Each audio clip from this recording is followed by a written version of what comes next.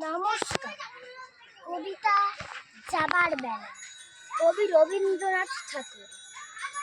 যাবার দিনে এই কথাটি বলে জানা যায়, যা পেয়েছি, যা দেখেছি, তুলনা তার নয়। এই জ্যোতি সমুদ্র মাঝে যে শতদল পদ্মরাজে, তারই মধু পান করেছি, ধন্য আমি তাই।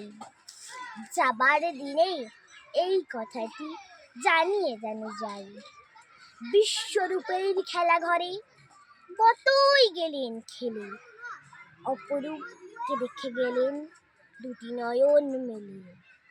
পরশ যারে যায় না করা, সকল দেহে দিলেন ধরা। এইখানে শেষ করেন যদি, শেষ করে দিন তা।